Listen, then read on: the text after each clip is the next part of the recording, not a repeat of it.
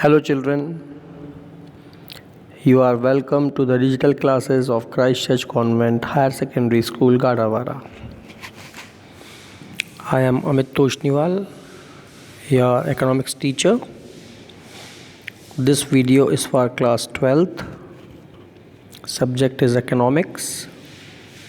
We are continuing part 3 of chapter number 4. Name of the chapter is Production Function, Cost Revenue, and Producers Equilibrium. In this video, we shall learn about laws of returns.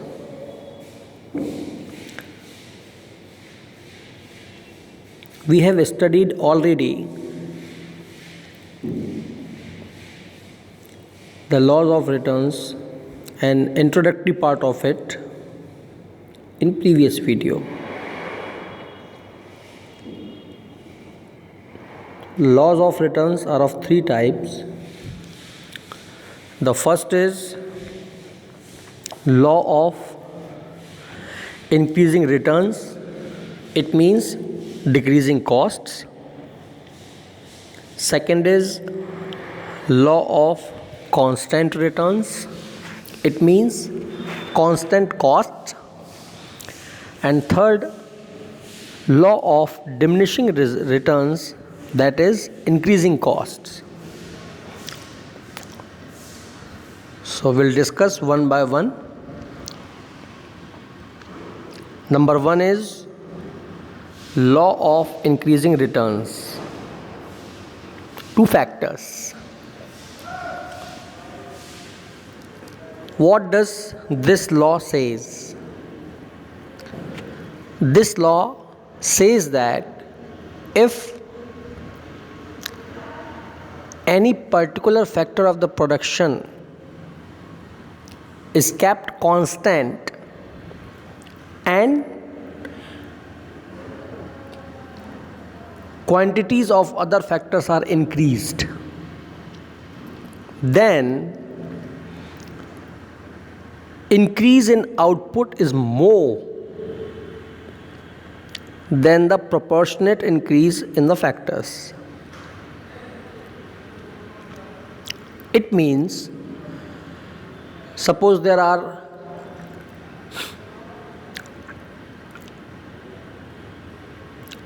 5 factors of production.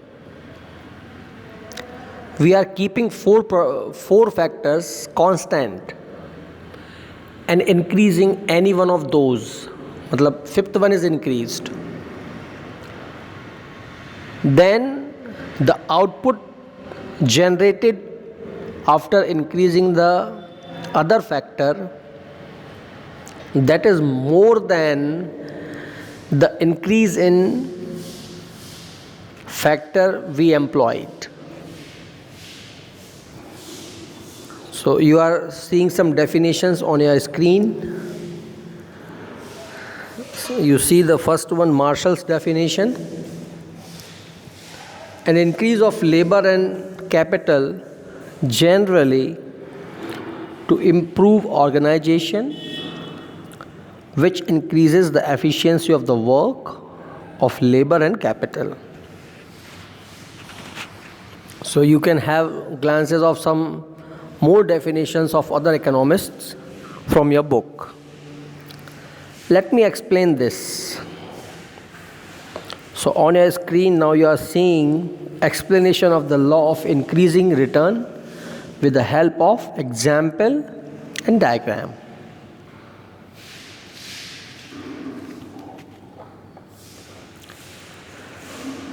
When any factor is increased, so what may be the resultants?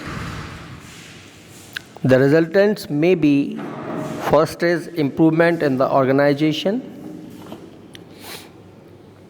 Second, increase the efficiency of factor of production. Third, brings internal and external economics of large scale production. And fourth, ensures the best use of constant and individual factors of production.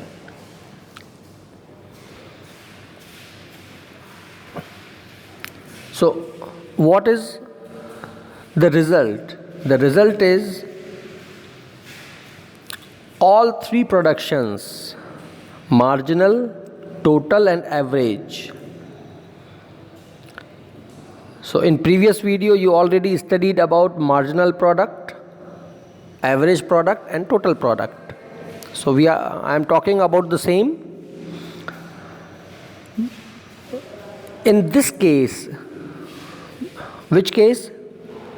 Law of increasing returns to factors. In this case, all these three products, or you can say production, marginal production, total production and average production will increase at the higher rate. Why? Because the factor which is increased, it is optimum. Optimum means has got alternative uses of it. And after reaching a certain point, marginal output and average output both starts declining, and then laws of decreasing returns starts functioning. So what does it mean? It means that even after including an additional unit of factor, the cost will increase, but production will not increase in that proportion for which the additional unit is employed. And then laws of diminishing returns to factors starts. It starts. Okay. You see, you are seeing a table on your screen. 4 columns are there. Units of variable factors, total output, marginal output and average output. If one unit of variable factor is employed, so in that case all three outputs are same, total, marginal and average. Definitely they will be same. Now when one more unit is employed and total number of units are 2, then total output becomes 25. It is not 20. यदि वो double हुआ है तो ये double से ज़्यादा हो रहा है. Can you understand? Total output is not 20, it is 25.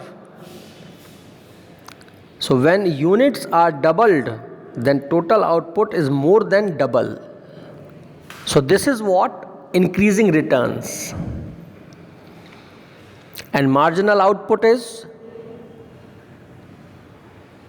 present total output minus previous total output. It means 25 minus 10, that comes to 15. Okay. And average output is total output divided by number of units. So total output is 25, number of units are 2. 25 divided by 2, it comes to 12.5. If one more additional unit is employed, it means you are reaching to 3 units. Then total output is 47.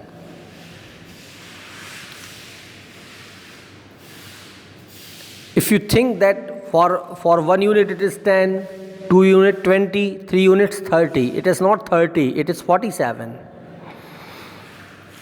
Now you see marginal output. So marginal output means present total output minus previous total output. So present is 47, previous is 25. We subtract and get 22 as marginal output, which is more than the previous one. And how come average output? Total output divided by number of units.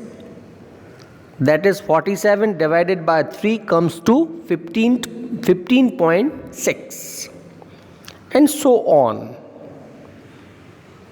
when employed 4th unit and 5th unit. So this can be shown with a diagrammatic representation that you are seeing on a screen. On x-axis output is shown, whereas on y-axis it is given wrongly in book, that is y, that is vertical axis, outputs are shown, and on horizontal axis, that is x-axis, unit of variable factors are depicted. So with every increase in variable factors, total, marginal and average production are increasing. So you are seeing two lines. MP is marginal product, AP is for average product. So these curves go upwards with the increase in variable factors of the production. So going upwards, okay? Before we start law of constant returns, let me tell you the causes or conditions when the laws of increasing returns is applicable. So there are mainly 4 reasons. The first reason is individuality of a factor. They cannot be divided and having got their own entity. Adequate supply of factors. Internal economics, where specialization, division of labor, utilization of products, services of experts, and purchasing of raw material, power, labor, etc. at cheaper rates. So when all these things will happen, naturally cost of production will decline and return to the factor will increase. So there are many reasons for which an organization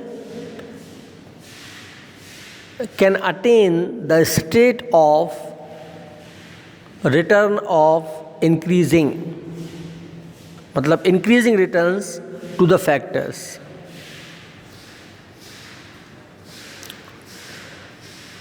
Now, laws of constant return. So this law says that if an additional unit of variable factor is employed, then the output, marginal output yielded is almost equal with respect to the unit employed. So what does it mean? It means that the output increases exactly in the same proportion in which the productive factors are increased. So here costs do not change and remain constant. So this is why the law of constant return is also called the law of constant cost. Cost भी नहीं बढ़ रहा और output भी नहीं बढ़ रहा. It means if we are employing 1 unit and receiving 10 unit output, so after employing 2 units we'll receive 20 units, just double, constant. As many units are increased of variable factors, Accordingly, in the same proportion, total output will increase. So you can see that its diagrammatic representation is there on your screen. Actual cost and marginal cost are same. In that case, on y-axis you are seeing average and marginal cost per unit in rupees, and on x-axis you are seeing unit of production. Factors. See, if 4 machines and 400 workers are required to manufacture 1000 units of commodity and cost per unit is 5. If the production continues in the same proportion and 1000 additional units of such commodity can be manufactured by employing 4 machines and 400 workers again, मतलब 4 machine 400 लोग 1000 unit, फिर से वही हुआ, यदि 1000 unit हमें फिर से चाहिए तो फिर से वही 4 machine 400 workers. Does not change. No change in cost, no change in marginal output. It is same. Okay. Now we come to the third point, law of diminishing returns. Diminishing return means declining, decreasing. So what does it say? When there is an increase in capital and labor applied, then the output received it is less than the proportionate increase in the amount of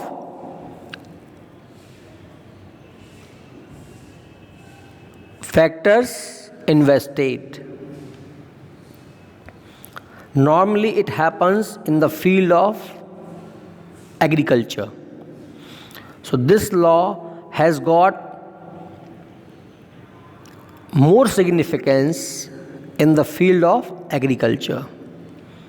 Not only means in agriculture it has got more significance, but even if it is considered more, it has got the same importance in the field of manufacturing, especially when defense equipments or these war equipments are made. वहाँ पर भी ये बहुत महत्वपूर्ण होता है. Means if more additional units are employed, then the outcome is decreasing. Okay. Now you see its explanation. Can you see the table? 3 columns: number of laborers, total output in quintals, and marginal output. When number of labor is 1, total output is 100 and marginal output is also 100. When 2 laborers are there, then total output becomes 250. So how do we get marginal output? Present total output minus previous. 250 minus 100, it comes to 150. In third, it reaches to 370.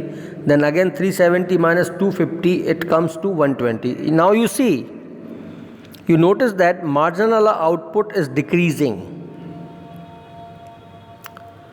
Even after investing or employing more units of laborers, marginal output is decreasing.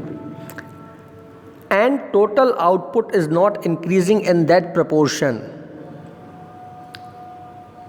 After employing 4th one, total output is 470 and marginal output 470 minus 370, it comes to 100. Again it decreased. So it is diminishing. हम labours बढ़ाते जा रहे हैं लेकिन marginal output कम होता जा रहा है। Fifth 520, it comes to 520 minus 470 50, then sixth में 500 और सेवन्थ वाले के बाद भी 500 ही रह गया, मतलब कि मार्जिनल आउटपुट 0 हो गया। Okay, so its diagrammatic representation is given. You see the curve, it is declining, it is going downwards as more and more doses are applied, है ना? So DR, you are seeing a line, a curve, so on its initial point you are seeing D and at the end point you are seeing R, है ना? सो DR means diminishing returns. Okay, तो एक सीधी सी बात है, एक महिला एक काम करती है, 2 महिला 2 कर सकती है, लेकिन 5 महिला रहेंगी तो पंचायत ही करेंगी, काम नहीं करेंगी। ज़्यादा लेबरर्स हो गए तो काम कम होगा, बातें ज़्यादा होंगी। 2 लोग बैठ के पढ़ रहे हैं, 2 फ्रेंड्स, तो आपस में डिस्कस करके पढ़ सकते हैं। 3 हुए तो गाड़ा काम बिगाड़ा, 4 5 6 हो गए तो पढ़ाई आगे एक तरफ, गॉसिपिंग चालू। So this is what diminishing returns, कि ज़्यादा लोग हो गए तो ज़्यादा पढ़ाई होना चाहिए थी, सबके अलग अलग व्यूज़ आना चाहिए थे, लेकिन फिर व्यूज़ नहीं आते, एटीट्यूड आ जाता है। तो this is what happens in diminishing laws of returns. Okay, so in next video we shall discuss about